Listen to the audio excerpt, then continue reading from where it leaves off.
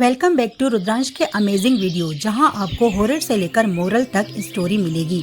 और आज है मोरल स्टोरी। अगर आपको माता का चमत्कार देखना है तो ये कहानी पूरी देखना और प्लीज़ लाइक और सब्सक्राइब भी कर देना। जय माता दी भक्त। ये कहानी है एक गरीब भक्त की नवरात्रि की।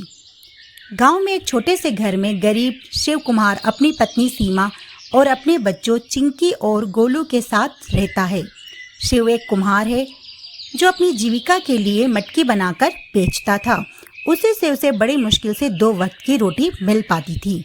वहीं सीमा दुर्गे माँ की भक्त थी। वो रोज़ दुर्गे माँ की पूजा करती थी और मंदिर भी रोज़ जाती थी। उसके साथ साथ उसके बच्चे भी दुर्गे माँ की पूजा करते थे। एक दिन जब नवरात्रि का उत्सव आया तब सीमा अपने पति से बोली, सारे गांव के लोग नवरात्रि का उत्सव बना रहे हैं और उसकी तैयारी में लगे हुए हैं। सारे गांव में कितनी धूम है। पहली बार ऐसा हो रहा है कि हम लोगों को उत्सव से दूर रहना पड़ेगा। तभी शिव, मैं क्या करूं, रोज ही तो मटका बनाकर बेचने जाता हूं, पर इतनी कमाई नहीं हो पाती। मैं कोशिश तो कर रहा हूं। तभी गोलू अपने पापा से बोला, पापा आप चिंता मत करो, हम गांव की नवरात्रि उत्सव नहीं मना सकते तो क्या, घर पर तो कर ही सकते हैं। तभी चिंकी, हाँ मम्मी, अपन सब घर पर ही उत्सव मनाएंगे। ठीक है बेटा, जैसा तुम लोगों को ठीक लगे। तभी शिव बाहर आंगन में आकर मटका बनाना शुरू करता है। तभी चिंकी आती है, पापा हमारे पास नवरात्रि मनाने के लिए दुर्गा माँ की प्रतिमा तो है ही नहीं, उनके बिना हम कैसे करेंगे।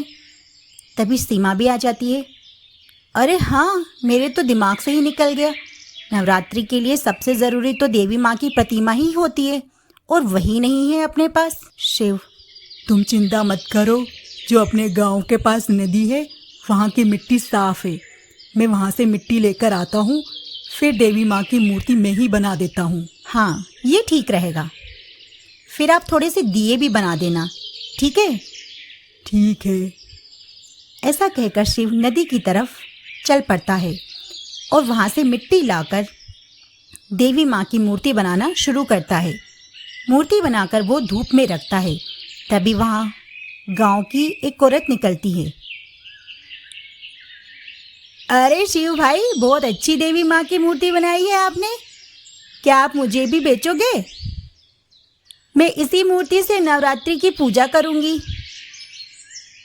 अरे नहीं बहन जी, मैंने पहली बार देवी माँ की मूर्ति बनाई है और पहली मूर्ति तो मैं अपने बच्चों के लिए ही दूंगा।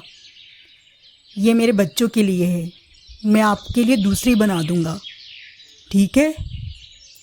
ठीक है भाई, फिर मैं शाम को आकर ले जाऊंगी। शिव देवी माँ की प्रतिमा अपने बच्चों को देता है।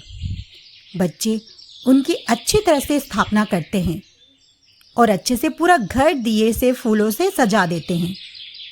और वो औरत देवी माँ की मूर्ति शाम को लेने के लिए आती है और उसे लेकर चली जाती है। ये बात पूरे गांव में फैल जाती है कि शिव कुमार ने बहुत ही सुंदर देवी माँ की मूर्ति बनाई है। शिव और भी देवी माँ की मूर्ति बनाता है और सभी गांव वाले देवी माँ की मूर्ति खरीद लेते हैं। इससे शिव को बहुत फ़ायदा होता है। तभी सीमा, देखा बच्चों, देवी माँ की महिमा, वो अपने भक्तों का साथ कभी नहीं छोड़ती। जो कोई भी भक्त उनका अच्छा काम करना चाहता है वो काम करवाने में उनकी मदद करती है। तुम लोग भी नवरात्रि का उत्सव अच्छे से मनाना चाहते थे ना? देखा दुर्गा माँ का चमत्कार, हम गरीबों पर भी उनकी कृपा हो गई। चलो बच्चों, साथ में बोलो दुर्गा माता की जय।